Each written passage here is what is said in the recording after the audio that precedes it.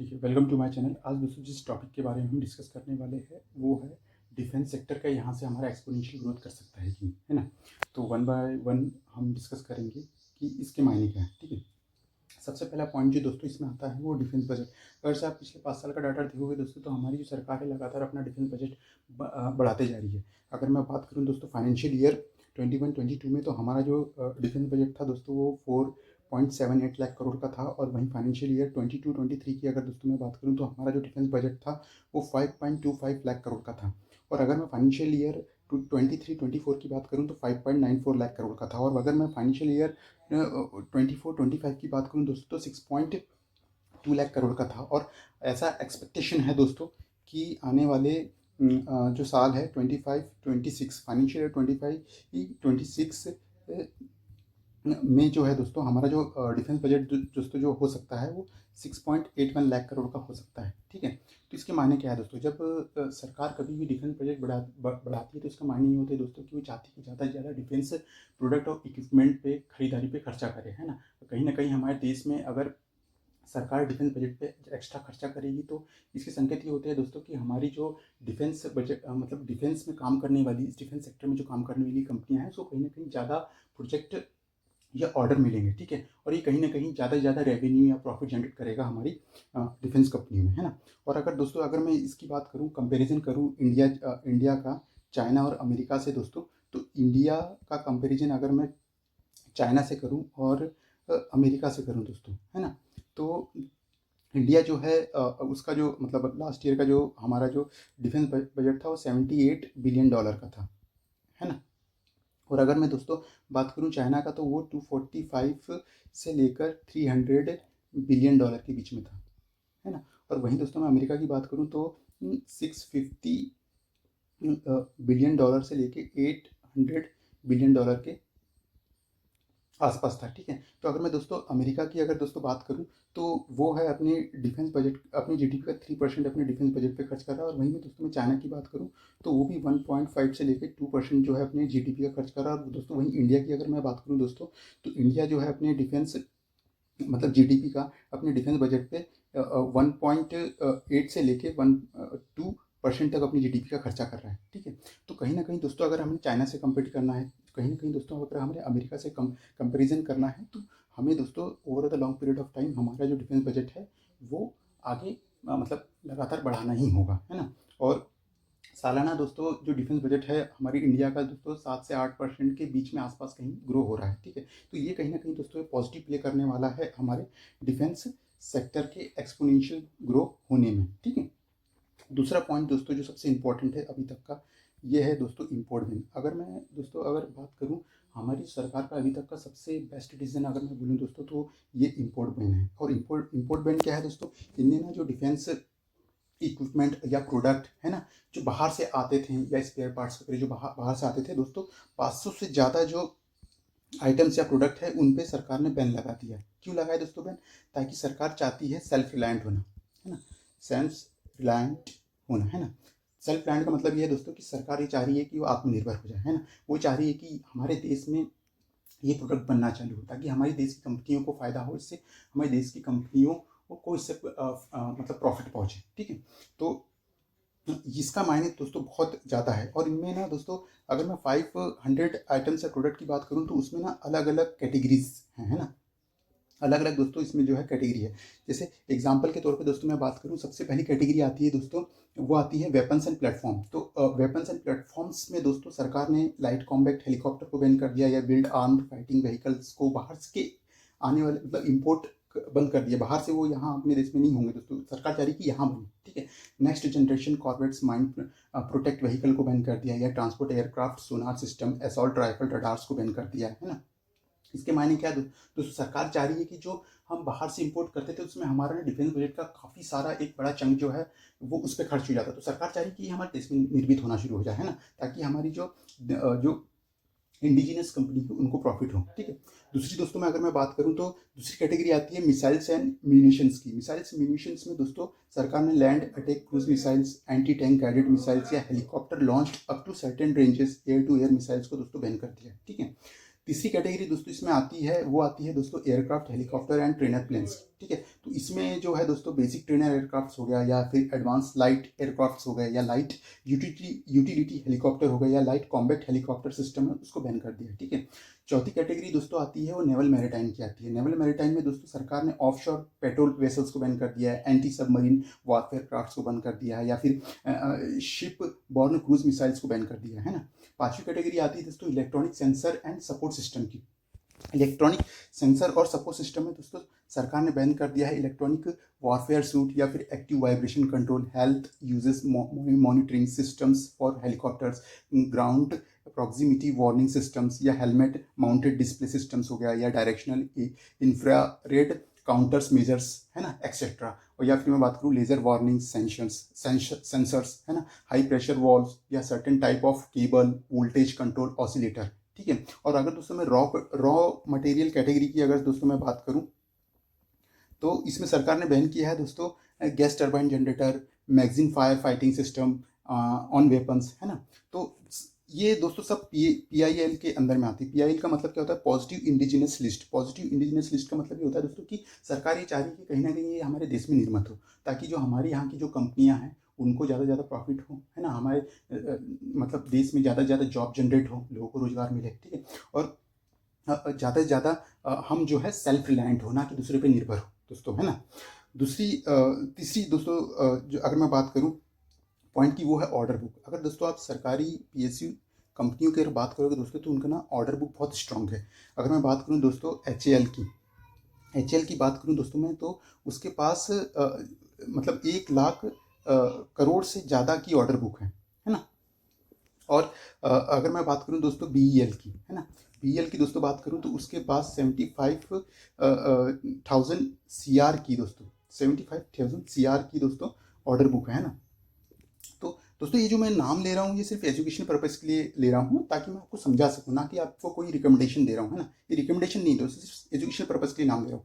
देखो, तो HAL के पास दोस्तों जो 1 लाख करोड़ की जो ऑर्डर बुक है, और जो 75,000 करोड़ की जो ऑर्डर बुक BEL के पास में, तो दोस्तों कहीं ना कहीं ये देखो पूरा मैन्युफैक्चरिंग तो ये पूरा तो करेगी नहीं, है ना। मैन्युफैक्चरिंग जो है दोस्तों ये पूरा तो करेगी नहीं, है ना। कहीं ना कहीं ये थर्ड पार्टी को भी देगी, या दूसरी कंपनी को भी बनाने के लिए देगी, है ना। तो इनके जरिए दोस्तों कहीं ना कहीं इनडायरेक्टली या डायरेक्टली मैं कहूँगा कि जो हमारी प्राइवेट कंपनियां हैं या दूसरी कंपनियां हैं, उनको भी इससे जो है रेवेन्यू जनरेट होगा या प्रॉफिट होगा। तो दोस्तों ये भी एक बहुत बड़ा फैक्टर है जो हमारे डिफेंस सेक्टर में पॉजिटिव प्ले करता है ना।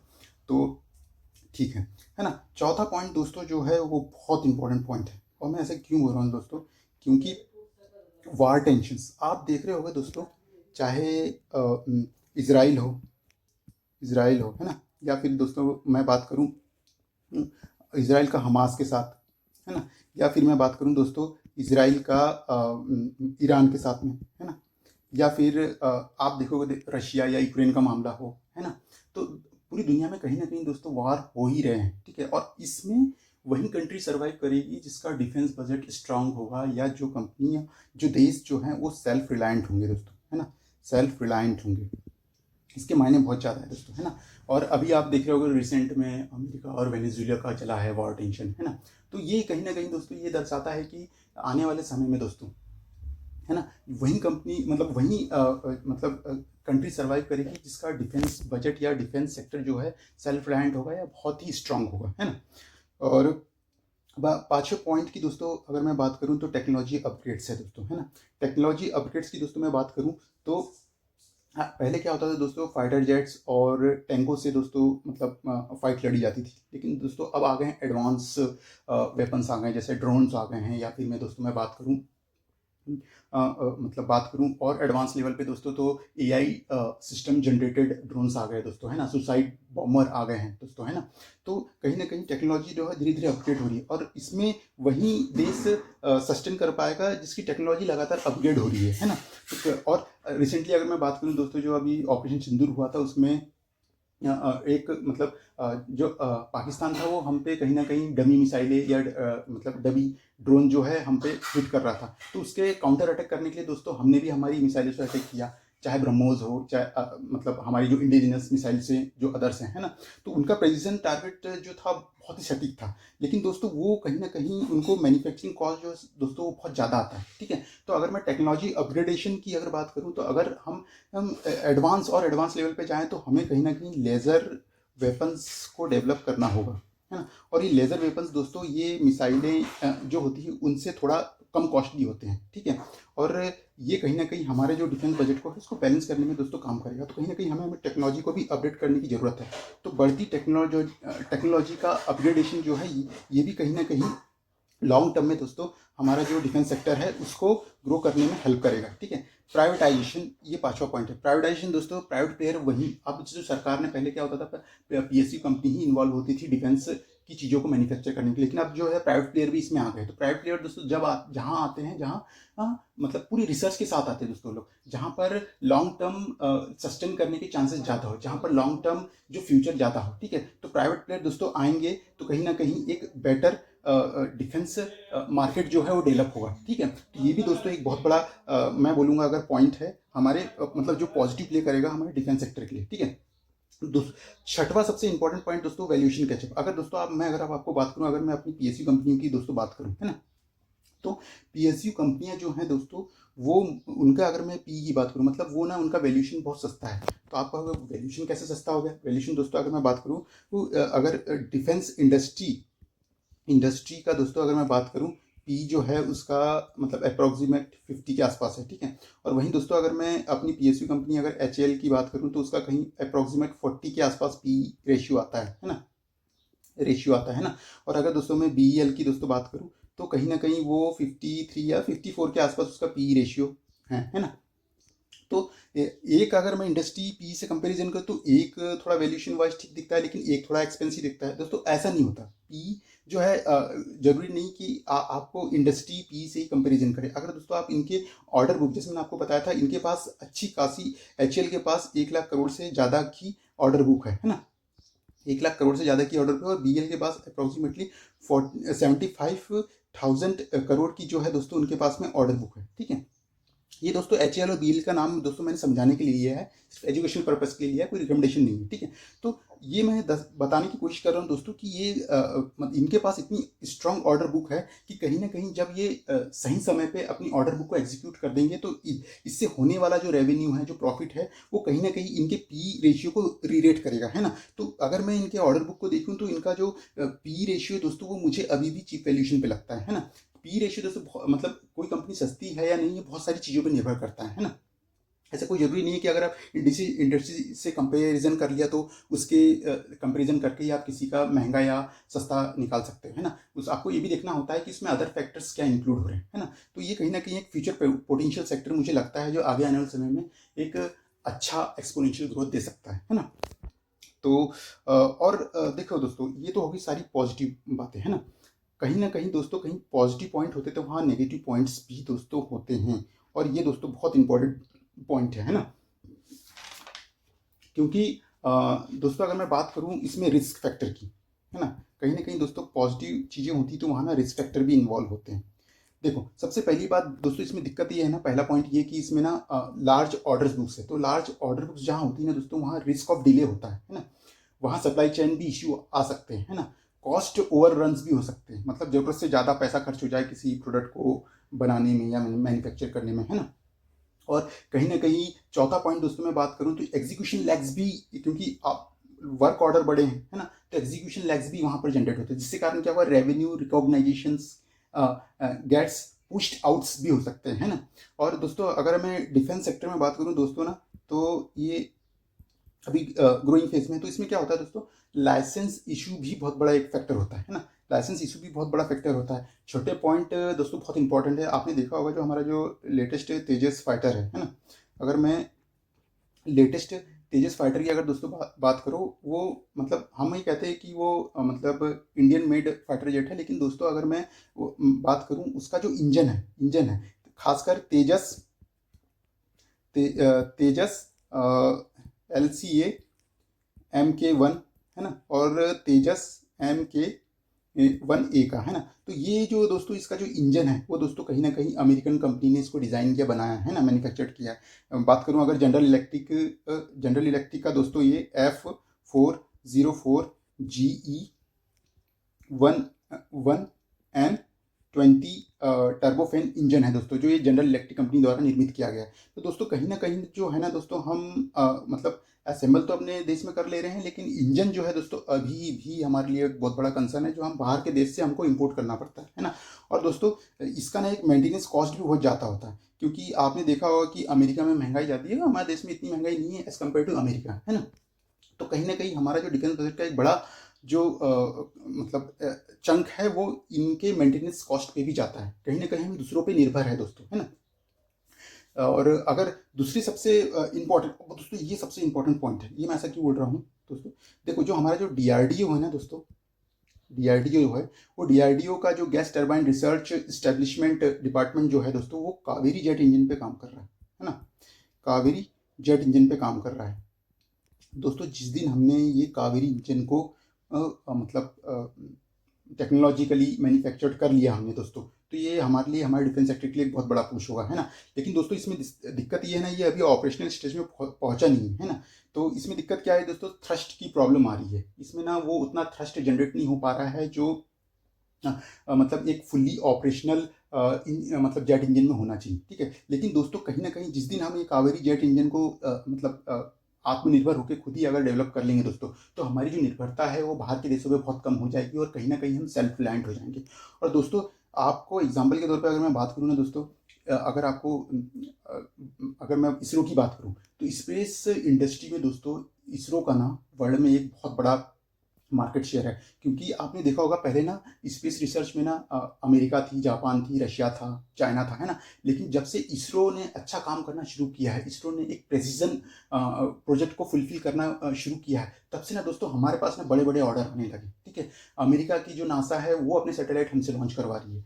टेस्ला कंपनी की अगर पर्टिकुलर बात करूँ तो वो भी कहीं ना कहीं उनके सैटेलाइट्स हमसे लॉन्च करवाते हैं। कहीं ना कहीं हम दूसरे के रॉकेट्स भी है, हम भी वो स्पेस में हमारे इसरो के द्वारा ही लॉन्च होते हैं। ऐसा क्यों होता है दोस्तों, क्योंकि ना हम हमारा जो इसरो है वो वैल्यू फॉर मनी प्रोडक्ट देता है ना। और कहीं ना कहीं उनके देशों के कंपैरिजन में यहाँ से लॉन्च करना बहुत सस्ता होता है, और प्रेसिजन भी बहुत अच्छा है दोस्तों हमारे।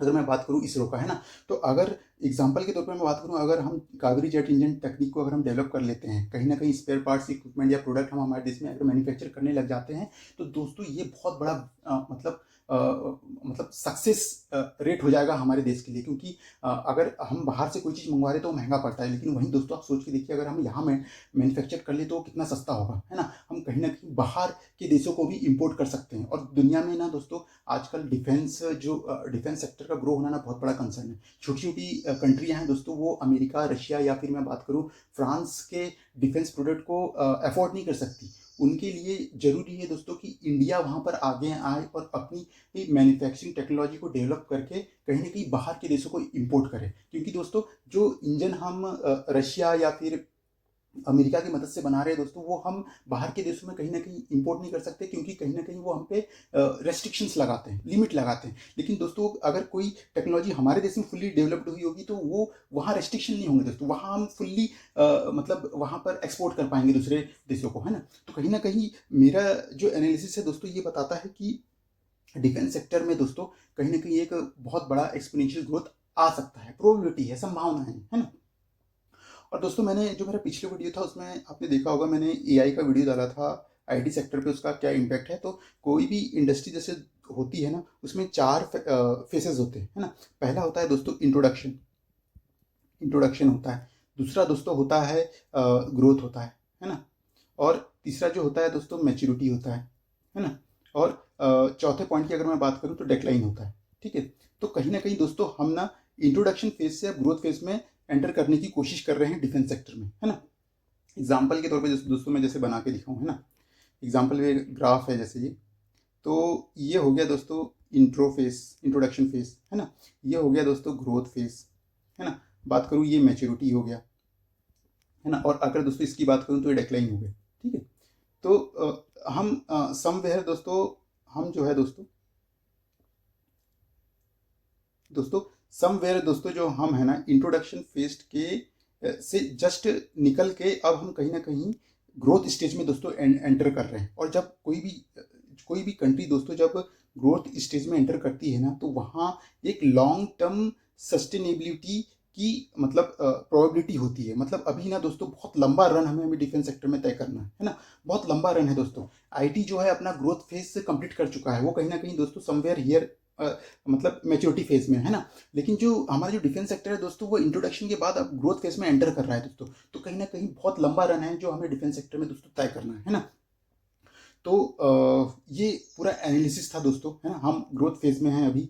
अगर मैं डिफेंस सेक्टर की बात करूं, और जिस दिन दोस्तों मैंने कहा कि हम सेल्फ रिलायंट हो जाएंगे या मतलब खुद ही मैन्युफैक्चर करने लग जाएंगे अपने जेट इंजन्स, है ना, तो ये ना बहुत पॉजिटिव प्ले करने वाला है हमारे डिफेंस सेक्टर के लिए, है ना।